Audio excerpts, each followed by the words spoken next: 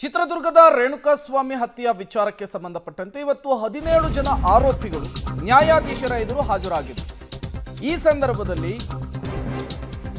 Darshan ಕೇಸನ್ನ April 8ಕ್ಕೆ ನ್ಯಾಯಾಲಯ ಮುಂದೂಡಿಕೆ ಮಾಡಿರುವಂಥದ್ದು. ಇತರೆ ಆರೋಪಿಗಳಿಗೆ ಮಾಫಿ ಸಾಕ್ಷಿಗೆ ಪೊಲೀಸರು ಒತ್ತಡವನ್ನ ಹಾಕಿದ್ದಾರೆ ಅಂತ ಹೇಳಿ ಕೋರ್ಟ್ನಲ್ಲಿ ದರ್ಶನ್ ಪರ ವಕೀಲರು ಗಂಭೀರ ಆರೋಪವನ್ನು ಮಾಡಿದ್ದಾರೆ. ಈ ಬಗ್ಗೆ ಅರ್ಜಿ ಹಾಕುವಂತೆ ನ್ಯಾಯಾಧೀಶರು ಸೂಚನೆಯನ್ನ ಪಾಸ್ ಮಾಡಿದ್ದಾರೆ. ವಾದವನ್ನ ಮಾಡಲಿಕ್ಕೆ ಅವಕಾಶವನ್ನ ಕೋರ್ಟ್ ಕೊಟ್ಟಿರುವಂತಹದ್ದು. ರೇಣುಕಾಸ್ವಾಮಿ ಹತ್ಯೆಯ ಪ್ರಕರಣಕ್ಕೆ ಸಂಬಂಧಪಟ್ಟಂತೆ ಇವತ್ತು ನ್ಯಾಯಾಧೀಶರ ಎದುರು 17 ಜನ ಆರೋಪಿಗಳು ಪ್ರೆಸೆಂಟ್ ಆಗಿದ್ರು. ದರ್ಶನ್ ಕೇಸನ್ನು ಏಪ್ರಿಲ್ 8ಕ್ಕೆ ಮುಂದೂಡಿಕೆ ಮಾಡಲಾಗಿದೆ. ಈ ಸಂದರ್ಭದಲ್ಲಿ ದರ್ಶನ್ ಪರ ವಕಾಲತನ್ನು ವಹಿಸಿಕೊಂಡಂತಹ ಲಾಯರ್ ಪೊಲೀಸರ ನಡೆಯ ಬಗ್ಗೆ ಅನುಮಾನವನ್ನ ವ್ಯಕ್ತಪಡಿಸಿದ್ದಾರೆ, ಆಕ್ಷೇಪವನ್ನ ವ್ಯಕ್ತಪಡಿಸಿದ್ದಾರೆ. ಇತರೆ ಆರೋಪಿಗಳಿಗೆ ಮಾಫಿ ಸಾಕ್ಷಿ ಆಗಬೇಕು ಅಂತ ಹೇಳಿ ಒತ್ತಡವನ್ನ ಹಾಕ್ತಿದ್ದಾರೆ ಎನ್ನುವಂತಹ ಗಂಭೀರ ಆರೋಪವನ್ನ ಮಾಡಿದ್ದಾರೆ.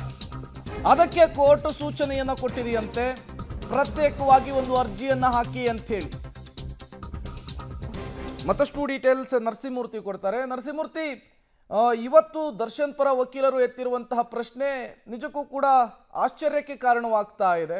ಒಂದು ಕಡೆ ಸಾಕ್ಷಿ ಇದ್ದಾರೆ ಅಂತ ಹೇಳಿ ಪೊಲೀಸರೇ ಹೇಳ್ತಾ ಇದ್ರು ಕೂಡ ಈ ರೀತಿಯ ಒಂದು ಪ್ರಕ್ರಿಯೆ ಯಾಕಾಯ್ತು ಅಂತ ಹೇಳಿ. ಪ್ರೇಮ್, ಇವತ್ತು ಕೋರ್ಟ್ ಮುಂದೆ ಎಲ್ಲ ಆರೋಪಿಗಳು ಹಾಜರಾದಂತಹ ಸಂದರ್ಭದಲ್ಲಿ ದರ್ಶನ್ ಪರ ವಕೀಲರು ಸುನೀಲ್ ಅವರು ನ್ಯಾಯಾಧೀಶರ ಗಮನಕ್ಕೆ ಒಂದಷ್ಟು ವಿಚಾರಗಳನ್ನ ಕೆಲಸವನ್ನ ಮಾಡಿದ್ದಾರೆ.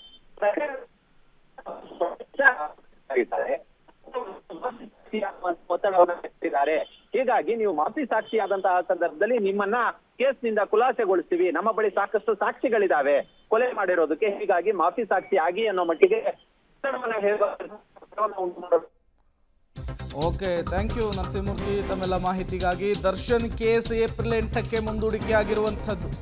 ಇತರೆ ಆರೋಪಿಗಳಿಗೆ ಮಾಫಿ ಸಾಕ್ಷಿಗೆ ಪೊಲೀಸರು ಒತ್ತಡವನ್ನ ಹಾಕಿದ್ದಾರೆ ಅಂತ ಹೇಳಿ ದರ್ಶನ್ ಪರ ವಕೀಲರು ಒಂದು ಗಂಭೀರ ಆರೋಪವನ್ನ ಪೊಲೀಸರ ವಿರುದ್ಧ ಮಾಡಿದ್ದಾರೆ. ಆ ಆರೋಪ ಇದೆಯಲ್ಲ, ಅದು ಈಗ ಕುತೂಹಲ ಕಾರಣವಾಗ್ತಾ ಇದೆ. ಅದಕ್ಕೆ ಪ್ರತ್ಯೇಕ ಅರ್ಜಿ ಹಾಕೊಳ್ಳಿ ಅಂತ ಹೇಳಿ ನ್ಯಾಯಾಧೀಶರು ಸೂಚನೆಯನ್ನು ಕೊಟ್ಟಿದ್ದಾರಂತೆ.